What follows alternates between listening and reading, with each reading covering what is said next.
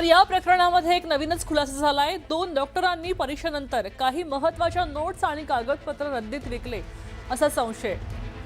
या रद्दीत गेलेल्या कागदपत्रांमधून महत्त्वाचे पुरावे नष्ट करायचाही प्रयत्न झालाय का याचाही तपास सुरू झालेला आहे।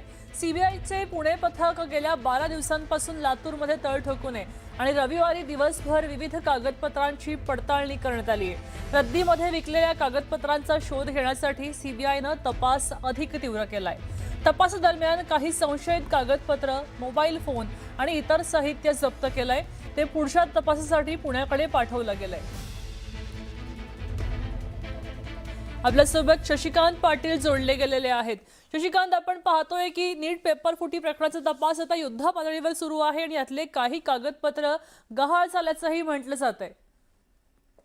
निश्चितच बघा, लातूरमध्ये सीबीआयचं पथक गेल्या 12 दिवसापासून तळ ठोकून आहे। आता सीबीआय पथकाचा हा लातूरमधला 12वा दिवस आहे। पुण्यातही वेगवेगळ्या ठिकाणची पथकं, दिल्लीतही एक पथक या ठिकाणी आहे। या ठिकाणी स्थान बांधून सखोल तपास या नीट प्रकरणामध्ये करत आहे। त्याची पाळंमुळं आता ही रद्दीच्या दुकानापर्यंत गेली की काय असं सुद्धा आपल्याला म्हणता येईल।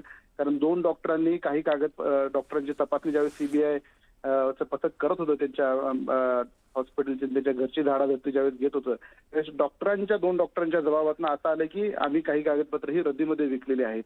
आणि त्याच्यानंतर सीबीआयनं आपला मोर्चा हा आता रद्दीच्या त्या दुकानाकडे वळवलाय आणि नेमकी कुठली कागदपत्र त्यांनी रद्दीमध्ये विकलीत याचा सुद्धा कसून तपास सीबीआय करत आहे। नेमकं हे रद्दीचं दुकान कुठलं आहे याची माहिती अद्यापर्यंत आपल्यापर्यंत आली नाही। मात्र सीबीआय आता या प्रकरणामध्ये फार खोलवर जाऊन सखोल तपास करत आहे आणि नीट मधले जे गुन्हेगार आहेत, जसं पी व्ही कुलकर्णी याला अटक केली, सुरुवातीला शिवराज मोटेगावकरला अटक केली आहे, डॉक्टर मनोज श्रीला अटक केली आहे आणि आणखी 3 डॉक्टरांची चौकशी झाली आहे।